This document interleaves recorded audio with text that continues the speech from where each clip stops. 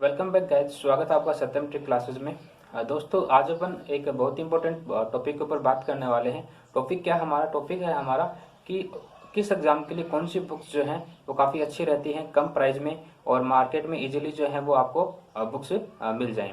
ठीक है। और अगर आप मार्केट से भी उन्हें परचेज नहीं कर पाते हैं तो इसके अलावा किसी एप्लीकेशन से आपको वो बुक मिल सकती है या फिर किसी पीडीएफ फॉर्मेट में भी वो बुक्स जो है आपको किसी भी वेबसाइट से मिल सकती है। तो उन्हीं टॉपिक्स पर अपन बात करेंगे। बात अपन सिर्फ मैथमेटिक्स की नहीं करेंगे यहाँ पे। मैथमेटिक्स, रीजनिंग, उसके अलावा इंग्लिश है और अपना जो जीके है, ठीक है, उसके बारे में, उन सभी के बारे में अपन बातचीत करेंगे। लेकिन अपन शुरुआत जो वो मैथमेटिक्स से ही करने वाले हैं। सो गाइस, यहाँ पर मैं सबसे पहले जो शुरुआत है वो करूँगा मैथ्स के साथ में। तो मैथ्स में आपने ये बुक सभी ने देखी होगी, अंकगणित के नाम से प्रसिद्ध है ये बुक और मार्केट में लगभग 350 रुपये में मिल जाएगी। RS अग्रवाल जो है वो इनके राइटर हैं। इसके अलावा ये बुक A4 साइज के पेज में भी मिलेगी आपको, है ना।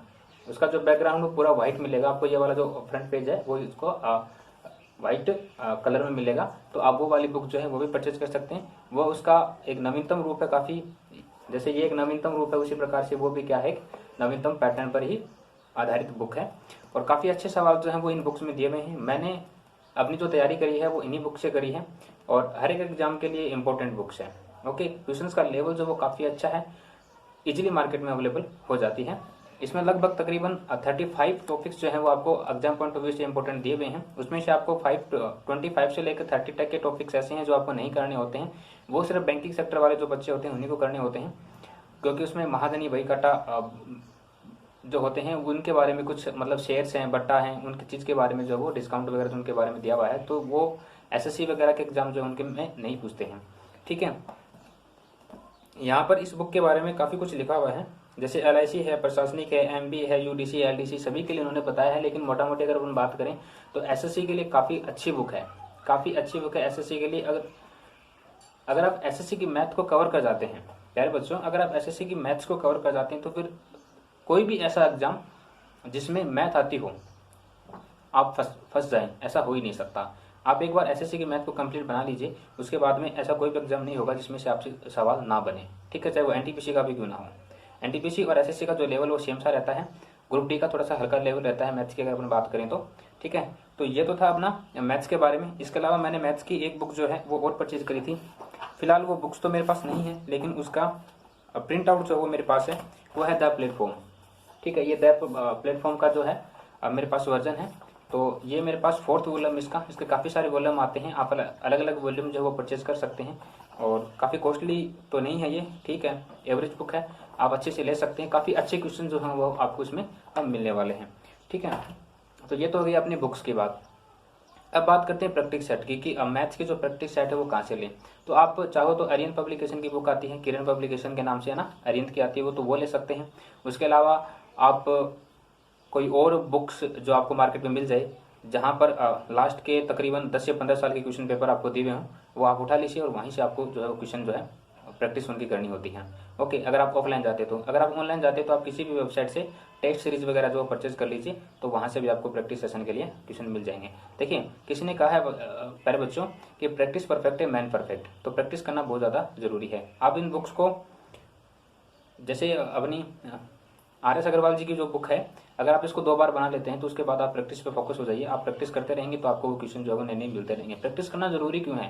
प्रैक्टिस करना जरूरी इसलिए क्योंकि एग्जाम का जो पैटर्न है, लेवल जो है वो बदल रहा है, क्वेश्चन पूछने का तरीका बदल रहा है, तो आप उनसे फैमिलियर हो जाओगे इसलिए। ठीक है, और आप जब भी प्रैक्टिस करते हैं तो ऑफलाइन है तो ठीक है, अदरवाइज ऑनलाइन आपको प्रैक्टिस करनी है। इससे क्या होगा आपका कि आपको ऑनलाइन बैठने की आदत पड़ जाएगी और स्क्रीनिंग जो अपनी स्क्रीन होती है, लैपटॉप की, फ़ोन की जो भी स्क्रीन होती है, उसको शेयर करने का मौका आपको मिलेगा ताकि आप उसे फेमिलियर हो जाओगे। ठीक है, अब अपन नेक्स्ट बात करते हैं जीके के बारे में। तो जीके में जैसे NTPC है तो उसमें तो काफ़ी अच्छा लेवल होता है। उसके अलावा SSC है, तो SSC का चाहे आप SSC MTS ले लो, चाहे आप SSC CHSL ले लो, चाहे CGL ले लो, चाहे CPO ले लो, है ना। तो CPO में जो है उसका वेटेज काफ़ी अच्छा रहता है, 50 क्वेश्चन आपसे पूछे जाते हैं। इसके अलावा अगर मैं बात करूँ MTS की, CHSL की और CGL की, तो इसमें 25 क्वेश्चन आपसे पूछे जाते हैं। उन 25 क्वेश्चन में भी आपसे 5 क्वेश्चन जो हैं तकरीबन 5 तो नहीं कहेंगे, लेकिन 3 से 4 क्वेश्चन का जो वेटेज रहता है वो आजकल करंट जीके का रहता है। तो आप अप्रोक्सीमेट जो है वो 20-22 क्वेश्चन जो है वो वहाँ से मान सकते हैं। तो इसके लिए जो काफ़ी अच्छी बुक है वो है ल्यूसेंट। हाल ही में मतलब सभी को पता है ल्यूसेंट मोर देन सफिशिएंट इन सभी एग्जाम के लिए, है ना। और एनटीपीसी को भी कवर कर लेगी ल्यूसेंट।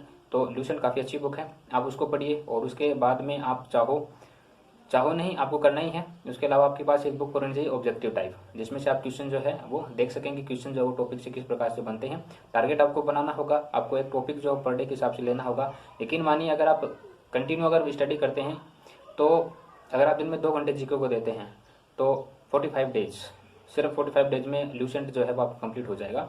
एक बार में नहीं, 2 बार में, है ना। अगर आप न्यू एस्पायरेंट्स हैं तो फिर आपको उसको बुक्स को तो लगभग 2 महीने देने हैं।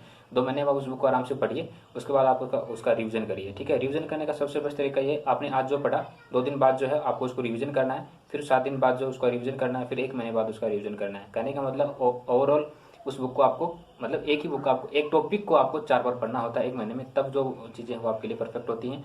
ये भगवान का दिया हुआ एक तोहफा होता है कि इंसान में भूलने की प्रवृत्ति होती है। आप इसे गलत मत समझिए कि हमने आज जो कुछ भी याद किया वो हम आने वाले दिनों में भूल जाएंगे। ये एक एज ए गिफ्ट आप जो है इसको आपको समझना है कि अब भूलना भी क्या है, एक गिफ्ट की तरह है। अगर आप किसी चीज़ को नहीं भूल पाएंगे तो हो सकता है कि आपके आने वाला जीवन जो है उसमें शायद प्रॉब्लम क्रिएट हो सकती है। इसलिए चीज़ों को भूलना भी काफ़ी ज़्यादा ज़रूरी होता है। उसके बाद मैं बात करता हूँ, जैसे अपन जीके के बारे में बात करूँगा तो जीके में एक काफ़ी बड़ा पोर्शन जो है वो साइंस का भी आता है, ठीक है। तो रेलवे ग्रुप डी की अगर बात करें या फिर अपने इसमें डीआरडीओ की बात करें, या फिर एक ऐसा पॉइंट जहाँ पर साइंस ज़्यादा पूछा जाता है, ठीक है, तो वहाँ पर ल्यूसेंट जो है वो थोड़ा सा हल्का पड़ जाता है। आपने देखा होगा 2018 में लोको पायलट के एग्जाम हुए हैं, उसके अलावा ग्रुप डी के एग्जाम हुए हैं, तो वहाँ पर साइंस जो है वो काफ़ी फीका पड़ गया था। आप देखोगे कि ल्यूसेंट से 2 से 3 क्वेश्चन ही आपको पीरियोडिक टेबल से मिलेंगे। इसके अलावा आपने देखा है कि पेपर सेट जब आप उठाओगे आप, तो आपको हर शिफ्ट में 2 से 3 क्वेश्चन, तो हर शिफ्ट में आपको पीरियोडिक टेबल से मिलेंगे, है ना। तो वहाँ पर एक बार क्या हुआ कि ल्यूसेंट जो वो थोड़ा सा हल्का पड़ गया था। इसलिए आपको अब अगर एक स्पेसिफिक एग्जाम जहाँ पर साइंस जो है वो लगभग 25 से 30 मार्क्स अगर पूछा जाता है, तो वहाँ पर आपको एक स्पेशल बुक जो है वो कैरी करने की ज़रूरत है। तो कैरी करने के लिए मेरी तरफ से मैंने जो बुक फॉलो करी थी उस टाइम पे, वो थी एनसाइक्लोपीडिया नाम से बुक आती है। एनसाइक्लोपीडिया जो सिर्फ साइंस की आती है, इसमें physics, chemistry, bio, computer science, environment, ये सारे के सारे टॉपिक जो इसमें कवर होते हैं। काफ़ी मोटा बुक है, काफ़ी अच्छा है, काफ़ी इसके जो लैंग्वेज है वो काफ़ी इजी है, और सारा जो पेपर पैटर्न है ये सारा एनसीईआरटी बेस्ड जो है ये बुक है ना। इस चीज़ का आपको ख्याल रखना है कि एनसीईआरटी बेस्ड बुक है, तो हर एक एग्जाम को जो है क्या करेगा, कवर करने वाला है। ओके, आर्यन पब्लिकेशन की बुक है, तो आपको मार्केट में इजीली मिल जाएगी। हिंदी वर्जन 150 रुपये के समथिंग और इंग्लिश वर्जन 180 रुपये के समथिंग आपको ये मिल जाएगा। ऑनलाइन भी आप इसको परचेज कर सकते हैं, अमेजन से, फ्लिपकार्ट पे अवेलेबल है, ठीक है। उसके अलावा जब आप जियोग्राफी पढ़ते हैं तो जियोग्राफी एक ऐसा सब्जेक्ट है जो अपने जियोग्राफी दैट मीन्स अपने आसपास का वातावरण, तो अपने आसपास के वातावरण पर कैसे याद करेंगे। देखिए हमारे माइंड की कैपेसिटी होती है वो है पिक्चर्स जो होती हैं उनको जल्दी से इंप्रूव कर लेना। आप कोई भी मूवी देखने के लिए जाते हैं, ठीक है, तो आप मूवी देख के आते हैं, तो मूवी देख के आने के बाद में 2 दिन तक आपको वो मूवी याद रहती है, जो का तो आप उसको बता सकते हैं कि जब उसने ये स्टेटमेंट बोला था उस टाइम पर ये सीन हो रहा था।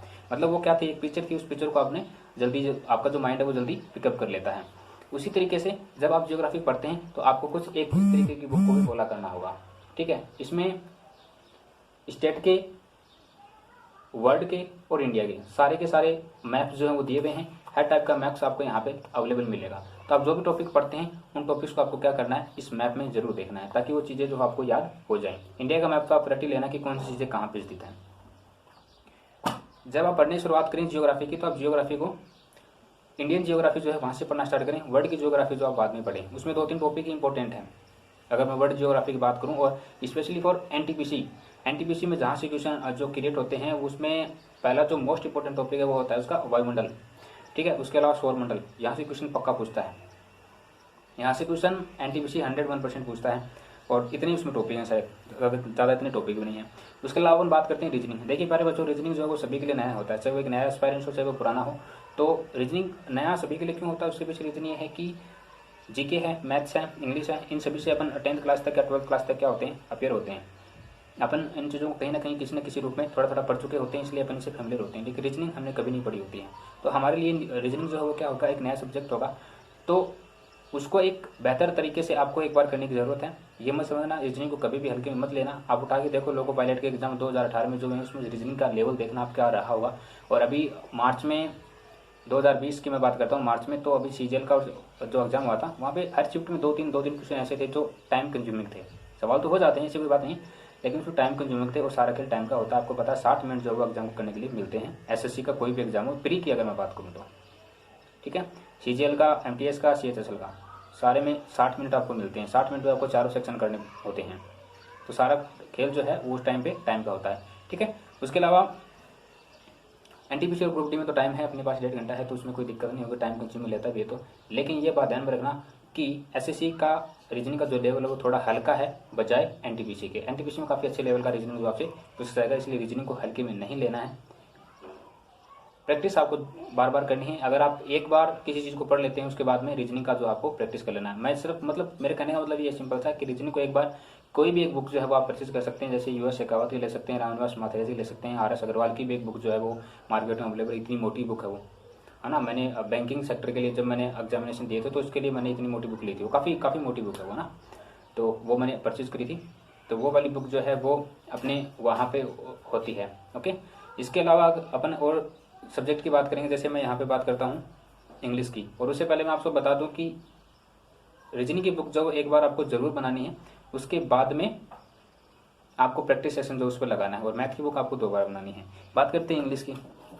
इंग्लिश जो हर एक व्यक्ति का क्या होता है, वीक पॉइंट होता है, स्पेशली इंडिया वालों के लिए तो, है ना। तो हालांकि मैं किसी की बुराई नहीं कर रहा हूँ, काफ़ी अच्छे जो लोग हैं उनकी काफ़ी अच्छी इंग्लिश होती है।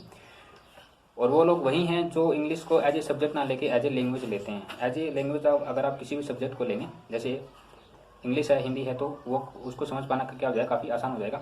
तो आपको जब भी इंग्लिश पढ़ना है तो इंग्लिश को आपको एज ए सब्जेक्ट ना लेकर के एज ए लैंग्वेज जो आपको लेना है। तो इसके लिए मैंने जो फॉलो किया था वो मैंने किया था, पैरामाउंट का एक बुक है, ये काफ़ी ओल्ड वर्जन है, मार्केट में काफ़ी इजीली जो आपको अवेलेबल हो जाएगा पैरामाउंट का, ठीक है। इसका अभी हाल फिलहाल में मार्केट में 3 वर्जन अवेलेबल है, 3 वॉल्यूम है। तीनों वॉल्यूम जो आपको लेना है, परचेज करना है और उसके बाद में आपको उनको पढ़ना है, ठीक है। बात आती है प्रैक्टिस सेक्शन की। तो प्रैक्टिस सेक्शन के लिए एमबी पब्लिकेशन की एक बुक है, ये आपको मार्केट से परचेज करनी है। काफ़ी अच्छी बुक है, सारे के सारे क्वेश्चन जो है इंपॉर्टेंट आपको दिए गए हैं, सारे के सारे प्रैक्टिस सेट अब तक जितने भी हुए हैं, एमटीएस के, सीएचएसएल के, सीजीएल के, सीपीओ के सारे प्री और मेंस दोनों पेपर इसमें दिए हुए होते हैं, ठीक है। तो आपको ये वाली बुक जो है जो भी बनानी होती है। उसके अलावा अपन बात करते हैं इंग्लिश में वोकेब जो है वो काफ़ी अच्छा सेक्शन जो है वो एसएससी के लिए कवर करता है। रेलवे में इंग्लिश जो वो नहीं आती, कोई भी एग्जाम ले लो अब तक तो रेलवे में इंग्लिश नहीं आती है, ओके। तो वोकेब के लिए देसी आदमी है तो देसी तरीके से पढ़ा जाए तो काफ़ी अच्छा रहेगा। बाकी हर आदमी का अपना पढ़ने का अलग तरीका होता है, वो जिस लेवल से उस तरीके को पढ़ना चाहता है वो पढ़ सकता है। लेकिन मैं आपको सजेस्ट करूँगा कि मार्केट में एस के दम्बेवाल नाम से एक देसी जुगाड़ राइटर है, एस के दम्बेवाल, और अंग्रेजी का देसी जुगाड़ नाम से बुक है। तो वो इडियम्स के लिए भी है, वो वन वर्ड सब्स्टिट्यूशन के लिए है, सिनोनिम एंटोनियम कॉमन है। तो तकरीबन 7 से 8 वॉल्यूम आपको मार्केट में मिल जाएंगे। काफ़ी इजी बुक है, तकरीबन 200-250 रुपये में मिल जाएगी। काफ़ी पतला सा वर्जन, लेकिन काफ़ी शानदार फीचर क्वालिटी के साथ आपको बुक जो दी हुई है। हो सकता है उनका कोई चैनल भी हो, आप वहाँ से भी उनको देख सकते हैं। तो इस तरीके से आपको अपनी बुक जो है प्रेफरेंस रहेगा। अगर आप इन बुक्स सिर्फ ये बुक्स अगर आप कर लेते हैं ना, तो सीरियसली आप एसएससी का कोई भी एग्जाम नहीं छोड़ने वाले हैं। हर एक एग्जाम को जो है अच्छे मार्क्स कैरी कर सकते हैं। और एनटीपीसी का आपका हो गया है, उसमें इंग्लिश नहीं आती है, तो उसमें मैथ्स, रीजनिंग और जीके प्लस साइंस, तो ये आपको वहाँ पे कवर करने हैं। रही बात करंट अफेयर्स की, तो करंट अफेयर्स के लिए डेली नोट्स बनाने की ज़रूरत नहीं है आपको। कहीं आप ये सोच रहे हो कि मैं डेली नोट्स बनाऊँ, नहीं। मार्केट में 500 रुपये की बुक आती है, 10 रुपये की समथिंग बुक आती है ना, वो बुक परचेज करो और एक महीने में 3 से 4 बार उसको रिवाइज कर दो। एक महीने में 3 से 4 बार उसको रिवाइज कर दो। अगर आपको फिर भी ये डाउट है कि भाई इसी बुक से क्वेश्चन आएंगे, ये ज़रूरी थोड़ी ना है, तो क्वेश्चन तो कहीं से भी आ सकते हैं, किसी को भी नहीं पता। किसी बुक ने जो सवाल बनाए हैं, क्वेश्चन को किस तरीके से क्रिएट किया है, जरूरी थोड़ी एग्जाम उस सवाल को वैसा का वैसा ही पूछेगा, लेकिन तथ्य वही होंगे, क्योंकि तथ्य उन्होंने भी वहीं से जुटाए हैं और एग्जामिनर जो है वो भी वहीं से जुटाएगा। तो क्वेश्चन जो है वो किसी भी तरीके से बन सकता है, लेकिन आप किसी भी बुक को फॉलो कर लीजिए। महीने में 3 से 4 बार उसको क्या करना है, एक बार रिवाइज करना होगा आपको। और अगर आपको डाउट है कि भाई एक बुक से काम नहीं बनेगा, तो मार्केट में काफ़ी टाइप्स की जो बुक्स हैं वो अवेलेबल हैं, आप उनको परचेज़ कीजिए, उनको पढ़िए। नोट्स बनाने की ज़रूरत नहीं है आपको, न्यूज़ जो है वो आप ज़रूर सुनिए। और इसके अलावा इंग्लिश की अगर बात मैं करता हूँ, इंग्लिश को आपको लर्न भी करना है साथ में, और वो करना है, सुनना भी है ना।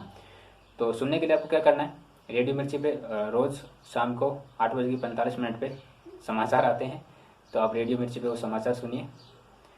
काफ़ी अच्छा फ्लुएंट है उसमें, आप किसी चीज़ को सुनोगे देखोगे तो वो चीज़ें जो आपको जल्दी पिकअप हो जाएंगी। बात करते हैं न्यूज़पेपर की इंग्लिश के लिए, तो आप कोई भी न्यूज़पेपर फॉलो कर लीजिए, ज़रूरी नहीं है आप the Hindu he newspaper follow करें, कोई भी एक अच्छा न्यूज़पेपर जो आप फॉलो कर लीजिए स्टार्टिंग के 1 महीने तक। क्योंकि मेन चीज़ क्या है आपकी, मेन चीज़ ये है कि आप स्पीडिंग, आप जो आपकी जो स्पीड है इंग्लिश पढ़ने की उसको इम्प्रूवमेंट करना। तो आपको उसके लिए कोई भी एक न्यूज़पेपर पढ़ सकते हैं। अगर आपको न्यूज़पेपर में इंटरेस्ट नहीं है तो आप कोई भी नोवेल पढ़ सकते हैं। नोवेल अगर आप पढ़ते हैं तो आपकी इंग्लिश बोलने की जो फ्रिक्वेंसी है वो काफ़ी अच्छी हो जाएगी, क्योंकि उसमें काफ़ी अच्छे और इजी सेंटेंस जो होते हैं। कोई भी आप बुक्स अपने आप अकॉर्डिंग नॉवेल्स जिसे हम बोलते हैं वो परचेज कर सकते हैं। ओके गाइज, तो गाइज आज के लिए इतना ही। थैंक यू सो मच, मिलते हैं नेक्स्ट क्लास में। तब तक हंसते रहिए, मुस्कुराते रहिए और अपना